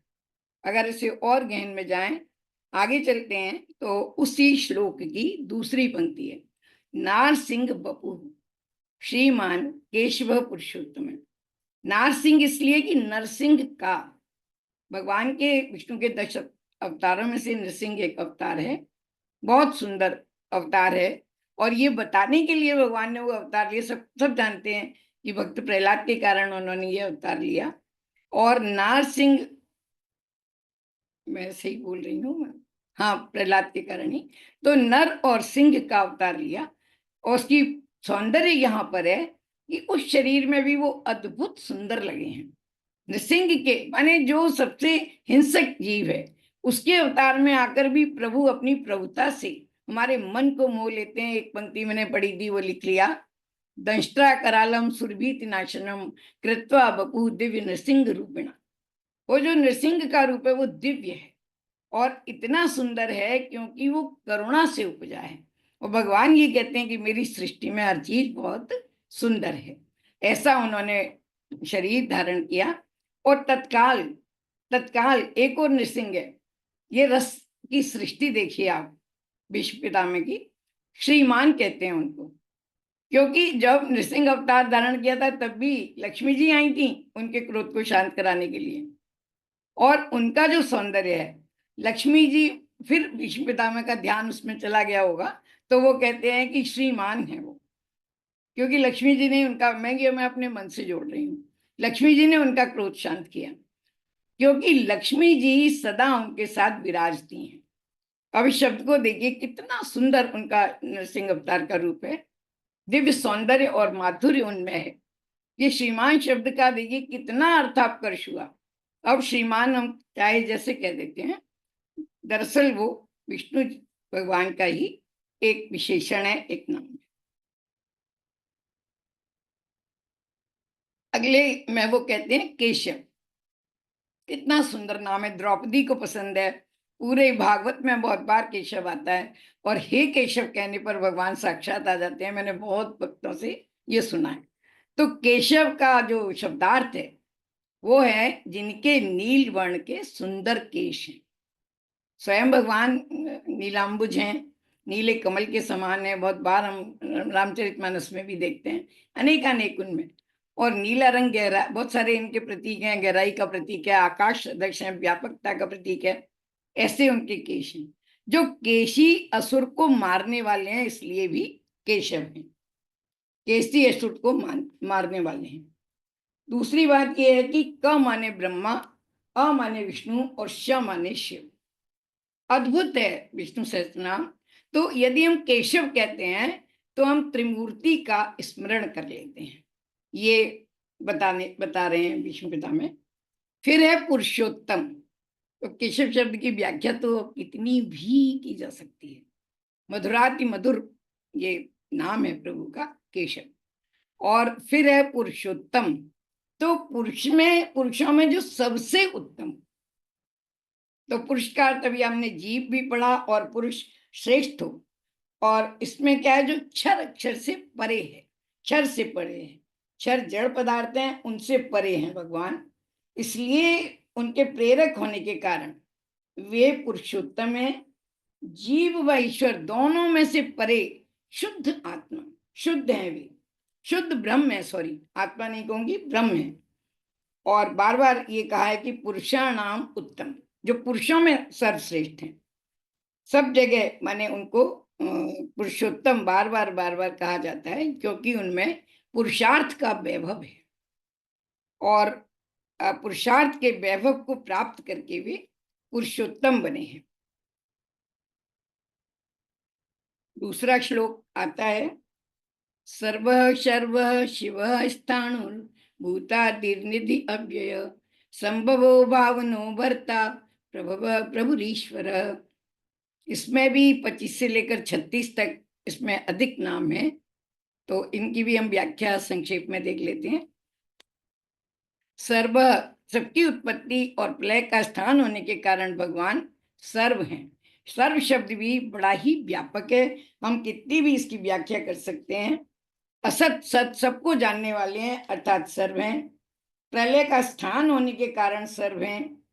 और विशेष रूप से सूर्य चंद्रमा धरती की गति, समय चक्र, प्राण शक्ति और आत्म शक्ति में जो विराजमान है वो सर्व है। एक और मुझे बात याद आती है, वासुदेव सर्वम। वासुदेव का अर्थ हम मानते हैं वसुदेव के पुत्र, लेकिन वासुदेव का अर्थ ये भी है कि जो सब में वास करते हैं, जो सब में वास, हम चाहें ना तो भी भगवान हमारे हृदय में वास करते हैं, कण कण में, अणु अणु में, इसलिए वो वासुदेव कहलाते हैं, सारे विश्व में वास करते हैं। दूसरा शब्द है शर्व, समस्त प्रजा को प्रलय काल में क्षीण कराते हैं, माने लीन कराते हैं, अतः भगवान शर्व हैं, शर्व हैं। और शर्व इसलिए कि जो 11 रुद्रों में से उनका ये 8वां अवतार है शर्व, ऐसा शास्त्र में लिखा है। शिव और विष्णु दोनों एक हैं, माने ये दूसरे का है, मैं क्षमा कीजिए। तो एक जगह ब्रह्मा जी द्वारा रुद्र को दिए गए 8 नामों में से एक नाम है शर्व, तो भगवान का ये नाम है। शर्विल श्री कृष्ण का एक और नाम है, शर्विल श्री कृष्ण को कहते हैं, बड़ा बेने, इसलिए आपसे शेयर कर पा रही हूँ। दूसरा नाम है उनका, और शर्व इसलिए भी कि प्रलय काल में सबको वो लीन कर लेते हैं अपने अंदर। शिव तीनों गुणों से गुणातीत हैं, इसलिए शिव हैं, शिव हैं। और ये कैवल्य उपनिषद में कहा है, स ब्रह्मा स विष्णु शिव। शिव और विष्णु का एकत्व, एकाकार होना बहुत सारे ग्रंथों में कहा गया है और बहुत सारी उनकी व्याख्या है इसमें, विशिष्टाद्वैत में, अद्वैत में, शुद्धाद्वैत में। विशिष्टाद्वैत के जो रचनाकार हैं वो तुलसी हैं और सब जगह विष्णु और शिव की बात तुलसी करते हैं। तो शिव में आपको आश्चर्य लगेगा कि शिव भी विष्णु है और विष्णु भी शिव हैं। हाँ, ऐसा है, कई ग्रंथों में ऐसा माना है कि जो परम पुरुष हैं, परम ब्रह्म है, वो नारायण हैं और शिव एक देवता है जो उनके इंगित पर काम करते हैं, पर मैं ऐसा कोई दावा नहीं करती, शास्त्रों के अलग अलग मत मतांतर हैं। दूसरा उनका नाम है स्थाणु। स्थाणु बहुत सुंदर नाम है, स्थाणवीश्वर बाणभट्ट की आत्मकथा में आता है और थानेश्वर भी उसको कहते हैं, बहुत सारे प्रसंग हैं शास्त्रों में, साहित्य में। स्थाणु माने जो स्थिर हैं, स्थिर होने के कारण स्थाणु कहे जाते हैं, जो अणु अणु में स्थित हैं वो स्थाणु हैं। और मैं बताऊं कि ईश्वर जो है वो विरुद्ध धर्माश्रयी है, एक साथ वो गतिशील है, एक साथ स्थाणु है, एक साथ वो क्षर और एक साथ अक्षर है। हमारे अंदर विराजमान है तो क्षर हैं, और स्वयं भगवान है इसलिए वो अक्षर हैं। तो भगवान में विरुद्ध धर्माश्रयी भाव रहता है। स्थाणु माने आधार, अचल सत्य जिनका है। और शिव का एक नाम है, इसी प्रसंग में मैं बताती हूँ, शाखा पुत्र पत्र रहित तरु। ये शिव का एक विशेषण है, जो ऐसा वृक्ष जिसमें शाखा और पत्ते कुछ नहीं है। तो जिस हिमालय में शिव रहते हैं वहां ऐसे ही वृक्ष की कल्पना की जा सकती है, माने कैलाश पर। तो बहुत सारी बातें हैं, भवो भीम स्थाणु रुद्र ये कहा जाता है, तो स्थाणु है भगवान। फिर भूतादि, जो समस्त प्राणियों के आदि कारण है, समस्त प्राणियों। भूत माने प्राणी, भूत माने कहीं पंचमहाभूत भी है, और पंचमहाभूतों से बना हुआ जो पुतला है हम प्राणी, तो माने प्राणी हम नहीं, मतलब सभी जीवात्मा। भूत माने हर प्राणी जिसमें प्राण है। और भूतादि, ये जो भूतों के आदि कारण है, भगवान ही के कारण ही हम यहाँ पर हैं, इस प्रपंच में आए हैं, समस्त भूतों के आदि कारण है। और सांख्य शास्त्र के अनुसार अहंकार तत्व, जिससे पंच महाभूतों की उत्पत्ति मानी गई है, उसको कहते हैं। सभी प्राणियों में प्रथम अर्थात विष्णु सब प्राणियों में प्रथम है। और ये पहले भी आया था ये शब्द, निधि, जो अविनाशी निधि है, छोटी मोटी निधि नहीं है, ऐसे खजाने हैं जो चिरंतन, सनातन, शाश्वत, फॉर एवर, एवर लास्टिंग। वो खजाना कभी खाली नहीं होता, वो है प्रभु भगवान विष्णु, जो अविनाशी निधि है, जो प्रलय काल में जब ज्यादा संकट आता है तो हम अपनी सारी जो वैल्यूएबल्स है उन्हें एक जगह रख देते हैं। प्रलय काल में जो उनमें लीन हो जाते हैं, हम सब उनमें लीन हो जाते हैं, उस भगवान रूपी बैंक में जमा हो जाते हैं हम लोग, पुनरागमनाय च, फिर से सृष्टि में आने के लिए। ऐसे भगवान हैं। तो फिर इसमें हम दोबारा ये कहते हैं कि संभव, अव्यय माने जो अविनाशी है, ये इसमें हो गया। इस प्रकार से हमारा चौथा श्लोक हो गया भगवान की कृपा से। दूसरा इसका अभी ये दूसरी अर्धाली और है, संभवो भावनो भर्ता प्रभव प्रभुरीश्वर। आप देखिए लय है इसमें, गाने में आप हमको कहीं कष्ट न हो, इसलिए अद्भुत लय है। और ये लय पूरे संसार में जिस कर्ता ने, जिस भर्ता ने, जिस दाता विदाता ने दी है, उसी की दी हुई लय है। संभव माने जगत जिससे प्रादुर्भूत है, जगत जिसका कारण है, जगत जिससे बना है। और बहुत सारी पंक्तियां आपने भी पढ़ी, मैंने भी पढ़ी हैं, संभवामी युगे युगे, स्वयं भगवान ने ये कहा है। और मैं पूरे श्लोक में नहीं जाऊंगी, बार बार वो कहते हैं कि हाँ मैं बार बार आऊंगा, हर युग में प्रकट होऊंगा। और स्वयंभू ने इसीलिए कहते हैं कि वो हर युग में प्रकट होते हैं, संभव होते हैं अपनी इच्छा से। गीता में कहा ये निज इच्छा, मानस में, निज इच्छा निर्मित तनु माया गुण गोपाल, इंद्रियातीत हैं वो। और फिर दूसरा हमारा है भावना। आदरणीय ओम जी बता रहे थे कल भी भूत भावन शब्द के संदर्भ में, जो समस्त प्राणियों को उनके कर्म का फल प्रदान करने की भावना रखते हैं। ऐसा नहीं है कि वो निरपेक्ष हैं, वो सदैव हमारे कर्मों के सापेक्ष हैं, साक्षी हैं, हम उन्हीं की सर्विलांस में रहते हैं। तो समस्त प्राणियों को फल प्रदान करने की भावना रखते हैं, ऐसे भगवान। और फिर आता है उनका नाम भर्ता, बहुत अद्भुत नाम है। दिन रात जो हमारा भरण पोषण करते हैं, पल पल, चाहे वो सांस हो, चाहे वो खाद्य पदार्थ हो, चाहे वो बहुमूल्य चीजें हो, हर समय वो हमारा ध्यान रखते हैं। और जो प्रपंच के अधिष्ठाता होकर, अधिष्ठाता माने रक्षक और नियामक होकर वो हमारा ध्यान रखते हैं, ऐसे भगवान हैं। जो चींटी से लेकर हाथी तक सबका भरण पोषण करते हैं, अद्भुत भरता माने इतना पोषण, इतनी चिंता। कहते हैं ना कि कोई भूखा उठाता सबको है, भगवान भूखा सुलाता किसी को नहीं है, बड़ों से मैंने सुना। तो ऐसे भरण पोषण करने वाले हैं। और गीता में बार बार भगवान कहते हैं योग क्षेमम वहाम्यहम्, निश्चिंत करते रहते हैं। तो एक और भजन में आता है कि तुम मेरी तरफ एक कदम रख के तो देख, मैं तेरी तरफ 4 कदम बढ़ाऊंगा। इससे बड़ा आश्वासन और कौन भरता हमें दे सकता है। प्रभु, प्रभु शब्द का कितना भी हम व्याख्या करें कम है।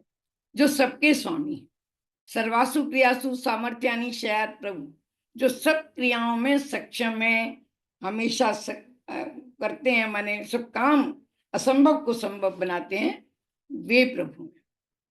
और ईश्वर जो समस्त ऐश्वर्यवान है, ऐश्वर्य से ही ईश्वर कहलाता है। और मैंने फिर पहले बताया कि कई नामों की पुनरावृत्ति हुई है, तो हम प्रधान पुरुषेश्वर में भी ईश्वर आया था, इसलिए मैं इसको कम बताऊंगी।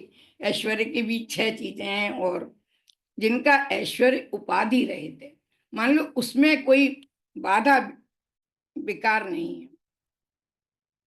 इस तरह से जो नेक्स्ट है उनका जो श्लोक है सहस्त्रनाम का 5वां, सभादस्त हो गया है, आदरणीय ओम जी जैसा कहेंगे वैसा करती हूँ। 5वां ये ले लेते हैं।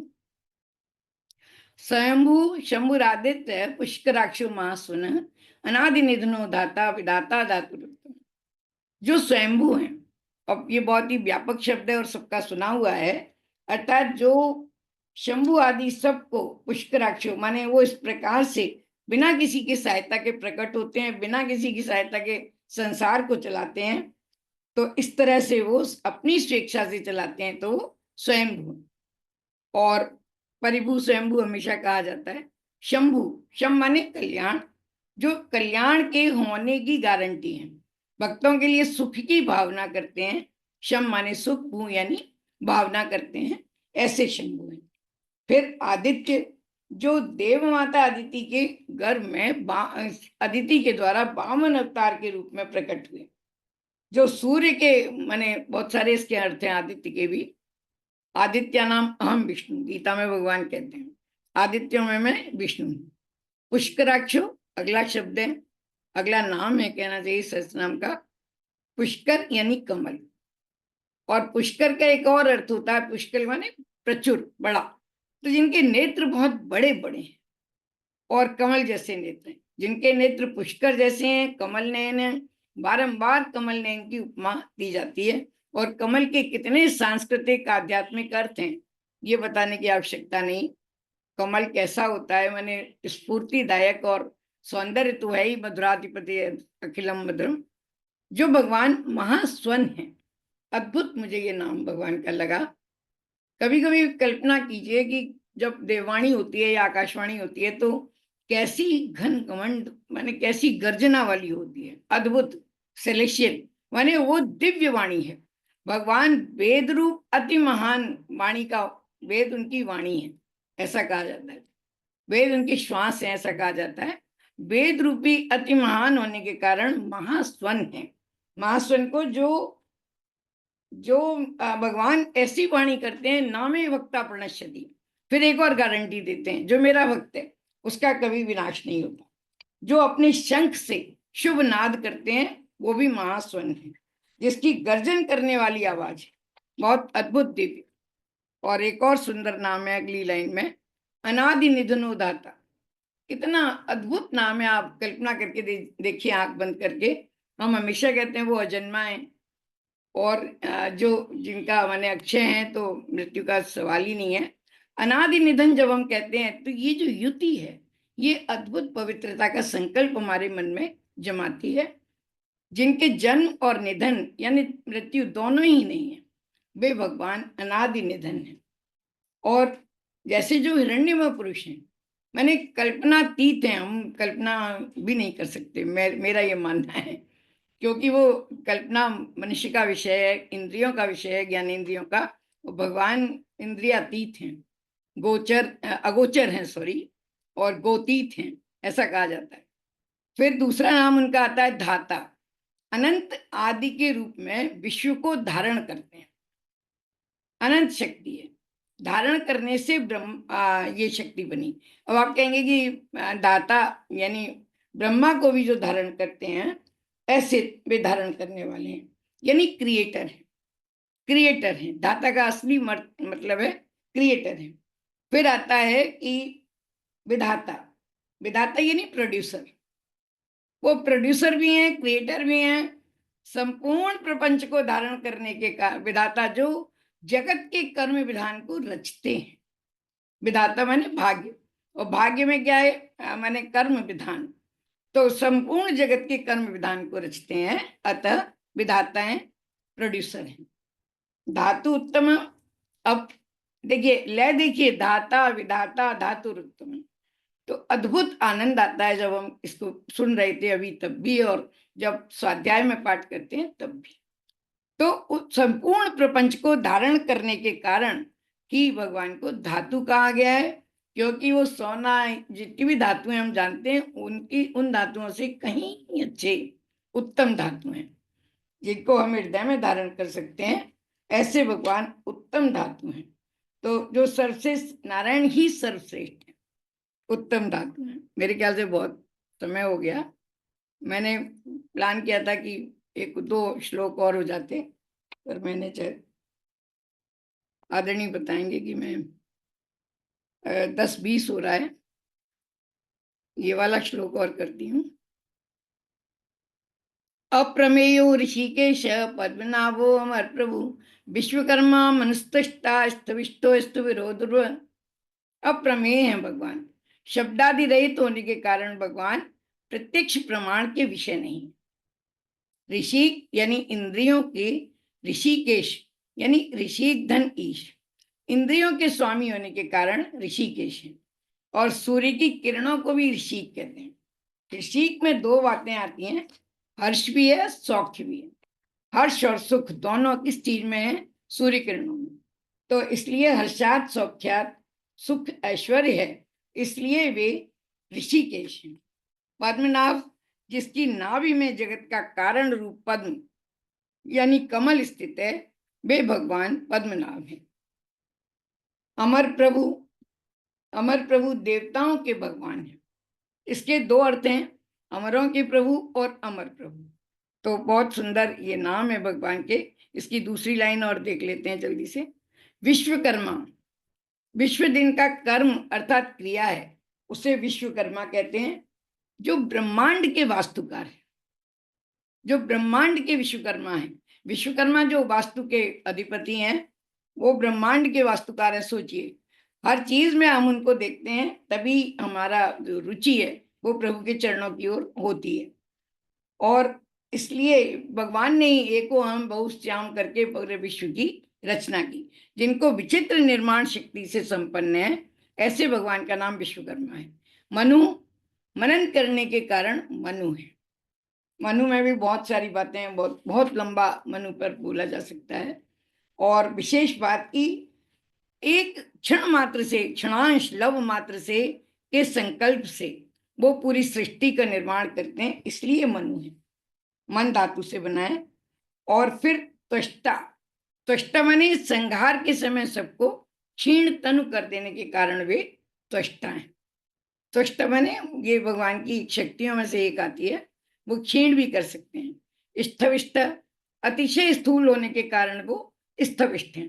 पद पाताल शीश धामा मानस में जब विराट रूप आता है, विराट रूप भी अभी हम गीता में पढ़ेंगे, तो वो जो पूरा ब्रह्मांड उनका विग्रह है, ऐसे भगवान स्थविष्ट नहीं होंगे तो स्थूल कौन होगा। फिर स्थविर जो आयुवाचक है, माने स्थविर माने जो पुराण है, पुराने हैं। आत्मादिदेव पुरुष प्राणात्मस्य विश्वस्य परम निधानम। और फिर ये पूरा श्लोक बहुत सुंदर है स्तुति का। फिर ध्रुव है, स्थिर होने के कारण वे अचल हैं, ध्रुव हैं, इसलिए हम उन्हें ध्रुव बोलते हैं। इनविंसिबल हैं और इटर्नल एंड अनचेंजिंग है। तो इस प्रकार से भगवान ध्रुव हैं। बहुत अधिक समय हो गया, एक श्लोक और बच गया, अब उसे बाद में करते हैं।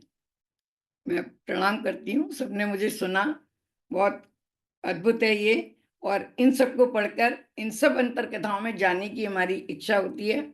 और अगर हम इन अंतर कथाओं में जाएंगे तो फिर हमें और रुचि बढ़ेगी, ऐसा मेरा विश्वास है। सबको प्रणाम करती हूँ, जो गलतियां वो मेरी हैं, मैं प्रणाम करती हूँ। बहुत इतनी अच्छा दीदी। सुंदर व्याख्या, बहुत ही बहुत बढ़िया सुंदर है। दीदी, बहुत बढ़िया। बहुत सुंदर आज व्याख्या अद्भुत है। एकदम बहुत बहुत सुंदर, बहुत अच्छा है, बहुत अच्छा बढ़िया है। दीदी। बहुत बहुत सुंदर बहुत ही व्याख्या है। सुंदर, बहुत सुंदर, बहुत ही सुंदर। राजरानी जी बहुत बहुत धन्यवाद। धन्यवाद सभी। अद्भुत, अति अद्भुत सुंदर। मैं व्याख्या। इसको प्रणाम बहुत सुंदर। प्रणाम, सबको प्रणाम। अद्भुत से बढ़कर कोई शब्द है? हाँ, वही वाला यूज करिए, कहा जा रही थी। मुझे डर लगता है कि कहीं मैं कठिन ना बोल रही हूँ। नहीं, अद्भुत से क्या बढ़कर बोल कोई रही शब्द थी, आप बहुत बताएं अच्छा मेरे है, को। आज तो बहुत आप बहुत सरल बोल रही थी दीदी। हाँ। अद्भुत से बढ़कर क्या विशेषण कहते हैं ना, अद्भुतर, अद्भुतम, तो अद्भुतम। अद्भुत, हाँ, अदिति। तो कुछ शब्द है कि नहीं, पर हम बना लेते हैं। हाँ जी। तो अद्भुतम, मैं तो इसको भाई साहब इसको तदुत्तम उत्तम प्रत्यय लगा के उसको तदुत्तम बना हाँ, और क्या, हम तो अपना व्याकरण से आप लोग चला रहे हैं ना, अद्भुतम। तो अद्भुत और उत्तम, अद्भुतम। तो बहुत नहीं, सब व्याकरण में भी ऐसा ही है। तर और ऐसे ही है। बेटा हाँ, बेस्ट वाला वही है। हाँ, श्रेष्ठतम बोल बहुत सकते हैं। तो बहुत बहुत सबसे अच्छा है अद्भुत श्रेष्ठतम। प्रस्तुति बहुत दीदी संकोच आपकी, से और बोला, मुझे गलती हो गई तो क्षमा करें। बड़ा बड़ा फिर भी मेरा श्लोक रह गया। इस कोई तरह की बात नहीं प्रस्तुति दीदी। बहुत अत्यंत अध्ययन के बाद ही संभव है। तो आपको मेरा बहुत प्रणाम, आपने इतना बड़े आप आराम से चलिए, हमें कोई जल्दी नहीं है इसमें, आराम से हम विष्णु सहस्त्रनाम को समझें, जानें, पढ़ें। पर अगले महीने से मेरा वादा है आपसे, मैं बिल्कुल समय नहीं लूँगा। मैंने आप आज भी 15 मिनट ले लिए, तो वो समय आपका रहेगा। तो आज का पाठ के लिए आशा जी, आदित्य जी और कामेश्वरी जी और अमिताभ जी और और सरिता जी का बहुत बहुत आभार। अपने सबने सुन बड़ा पाठ किया, एकाग्र चित्त होकर बड़ा आनंद आया। और जो राजा जी की प्रस्तुति है उसके बारे में तो शब्द है ही नहीं। सो बहुत बहुत सबका आभार। बस अब चूंकि समय काफ़ी हो गया, मैं सिर्फ ज़्यादा से ज़्यादा 2 मिनट लूँगा। तो कई मित्र आज नए जुड़े हैं पिछले महीने से इस बार। तो जो विष्णु सहस्त्रनाम का पाठ का आनंद लेने के लिए, उसको समझने के लिए भी जुड़ रहे हैं, उनका तो स्वागत है ये। पर जो इसमें सर्टिफिकेट कोर्स के लिए भी जुड़े हैं, उनके लिए पहली क्विज अभी भी खुली हुई है, क्योंकि कुछ लोग देर से जुड़े हैं, इसलिए मैंने उसको बंद नहीं किया। और दूसरी क्विज भी अगले 7-8 दिन में जब भी राजा दीदी हमें भेजेंगे, आपको ये पोस्ट कर देंगे।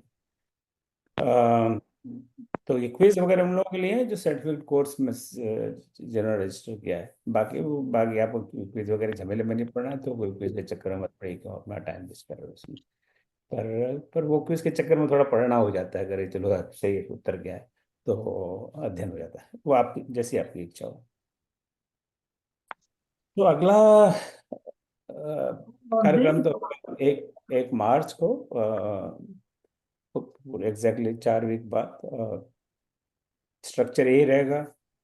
पहले हम शांताकारम भुजंग शयनम से स्तुति करेंगे, और उसके बाद में सीधे फिर विष्णु सहस्त्र नाम पर चलेंगे, और फिर राधा से सुनेंगे उनकी व्याख्या।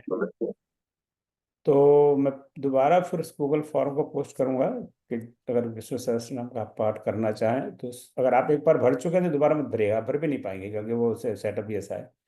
तो इसमें आप भरिए, पर उसके लिए थोड़ा कमिटमेंट चाहिए, आपको प्रैक्टिस थोड़ी करनी पड़ेगी। देखिए बड़ा सुंदर अच्छे स्वर में गाए हैं, सही उच्चारण से गाए, उसका आनंद ही अलग है। तो जैसे मैं कभी उस फॉर्म को नहीं भरूंगा कि मेरा तो न स्वर अच्छा है न उच्चारण अच्छा है, तो चुपचाप यहाँ बैठे बैठे सुन लो, उसका आनंद ज़्यादा है। और आपके साथ में वो सिंग अलोंग का भी आनंद है, चुपचाप बैठे रहो म्यूट करके। तो आपका अगर आप सही उच्चारण से पढ़ सकते हो और थोड़ा बहुत अच्छी तरह गा सकते हो, तो तभी उस फॉर्म को भरें। उसके बाद में जो हमारे जो लीड सिंगर्स के, पता नहीं सही शब्द है कि नहीं है, तो आशा जी हैं या कामेश्वरी जी हैं या अमिताभ जी हैं, वो थोड़ा आपको ट्रेन करेंगे। ये शब्द तो उचित नहीं है, पर वो आप चाहे तो मार्गदर्शन आपको दे सकते हैं। आप सबने प्रैक्टिस की थोड़ी, तो उसका थोड़ा फर्क तो पड़ता ही है। हम छोटे मोटे कार्यक्रम में प्रैक्टिस करते हैं, नहीं करते? हम बच्चों का कोई परफॉर्मेंस हो, उनसे खूब प्रैक्टिस करवाते हैं कि वहाँ हमारी बेइज्जती नहीं हो जाए। तो भगवान के नाम में प्रैक्टिस करने में क्या बुराई है? नहीं, क्या बुराई है? तो हम छोटे मोटे काम के लिए प्रैक्टिस करेंगे। अपनी शादी ब्याह में जाएंगे तो 10 बार अपना बाल को काटेंगे, चेहरे में देखेंगे हाँ बाल बाल ठीक हैं। हम लौकिक कार्यों के लिए इतना मेकअप और ड्रामा और प्रैक्टिस करते हैं, तो ये तो लौकिक काम है। तो थोड़ा बहुत प्रैक्टिस करते हैं। इतनी बार विष्णु सहस्त्र नाम का पाठ हो जाएगा, तो लाभ ही लाभ, इसमें नुकसान कौन सा है। तो अगले कार्यक्रम के लिए आप, मैं गूगल फॉर्म भी डालूंगा, उसी गूगल फॉर्म डालूंगा जो लास्ट टाइम डाला था। थोड़ा सा उसमें हो सकता है आई माइट चेंज समथिंग, तो उसको I will keep it open may be for 4-5 दिन के लिए। तो आप उसको सबमिट कर दीजिएगा and then we will pick up some people, और उनको संपर्क करेंगे हम लोग, और विल गो फ्रॉम देयर। मैंने देखा आप में से कई लोग फोन से इसका पाठ कर रहे थे, तो जैसे आप पाठ करें आपको अनुकूल हो, पर मेरा अनुरोध ये रहेगा कि मैं तो, चाहे ये मेरी उम्र की बात है क्या है, फोन से तो मुझसे कुछ होता नहीं है, ये बुढ़ापे का तकाजा हो सकता है, आप तो सिर्फ जवान है इसलिए हो सकता है आपको ये समस्या ना हो। बट आई वुड प्रेफर कि जो है उसका 10 पेज का मैंने आपको PDF भेजा है, उसको आप प्रिंट कर लें, बाहर करवा लें, या फिर उसको विश्व सहस्त्र नाम के जो जो गीता प्रेस की या कहीं से भी कॉपी खरीद लें और उसमें से पढ़ें, तो वो चक्कर नहीं रहेगा, ये दिख नहीं रहा, ये तो छोटा करो बड़ा करो। ये मेरा सुझाव है, आपकी जैसे आपकी मर्जी। मैं तो थोड़ा मैंने आज प्रयास किया था कि स्क्रीन पे मैं आपको बता सकूँ, वहाँ से आप पढ़ सकें, पर एक आई थिंक फोन पे से देखना अगर आपको अनुकूल है तो ठीक है, आप पर मुझे तो कुछ ऐसा नहीं है।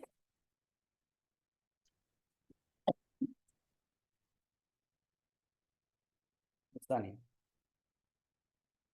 तो आज हमने 6 श्लोक तक का अध्ययन किया, तो आप भी सब अध्ययन करें, मेरा अनुरोध है आपसे। और अगली बार से आगे बढ़ेंगे। अब अगले शनिवार को फिर से हम मानस पर चलते हैं। पिछले सप्ताह हमने मानस में जो अरबी फारसी शब्द है उस पर थोड़ी चर्चा की थी, वो चर्चा अधूरी रहेगी, उसको मैं अगले सप्ताह पूरा करने का प्रयास करूंगा, जितना भी हो जाएगा। इससे ज़्यादा समय नहीं लूँगा करने, तो वही वही अरबी फारसी चलता रहेगा। तो आपको उसमें रुचि हो तो आप बता रहे हैं। और मैं शायद इस मंच पटल पे नहीं बताया कि इस शनिवार के जो ऑनलाइन कार्यक्रम यहाँ हो रहा है, हम लोग सब कर रहे हैं, इसको प्रभु कृपा से 5 साल पूरे होने जा रहे हैं। अप्रैल 2020 में आरंभ किया था, जब कोरोना के चक्कर में हम सब कारागार में बंद हो गए थे, अपने घर में कारागार हो गया था। और प्रभु कृपा से उसने बड़ा विस्तार ले लिया और बहुत सारे लोग जुड़े, तो उसका थोड़ा सा उत्सव बनाने का बना। तो इसका पूरे 15 दिन का कार्यक्रम बना है। उसमें अखंड रामायण भी है, हनुमान चालीसा पाठ भी है, गीता पारायण भी है, राम भगवान पर भजन का भी कार्यक्रम है एक दिन, और राम पर स्वरचित कविता का भी पाठ है। और उसी दौरान हम रामायण पर जो 7वीं ऑनलाइन कॉन्फ्रेंस करेंगे। तो it's a very busy programme. उसको मैं थोड़ा अभी ग्रुप पे डाल दूंगा, क्योंकि अभी चर्चा करूंगा तो बहुत लेट हो जाएगा, तो अब मैं इस पर बहुत चर्चा करना उचित नहीं समझता। तो इसलिए आप देखते रहिएगा, और उसमें जिस जिस एक्टिविटी में कभी एक सप्ताह शायद हम वेट करें, हम गूगल फॉर्म डालेंगे, तो उसके पहले उसको समझना जरूरी है पूरा। तो 15 दिन का प्रोग्राम है, लॉट ऑफ एक्टिविटीज़, और आप जिस एक्टिविटी में भाग लेना चाहें वो उसको बताएं, जिसमें आप उसमें लीडरशिप का काम करें, यानी जिम्मेदारी लें, वो बहुत ज़रूरी है। 15 दिन में मेरी तो बस की है नहीं ये सब करना। आप मेरा सफ़ेद बालों का थोड़ा ध्यान रखिएगा कि बुढ़ापे में क्या कितना काम करेगा, तो थोड़ी मुझ पर दया करके थोड़ी जिम्मेदारियां लें, और ताकि सारा काम सुचारू रूप से चले। तो फिर मेरे लिए प्रश्न तो बताएं, हालांकि वही प्रश्न का बहुत समय रहा नहीं, पर फिर भी।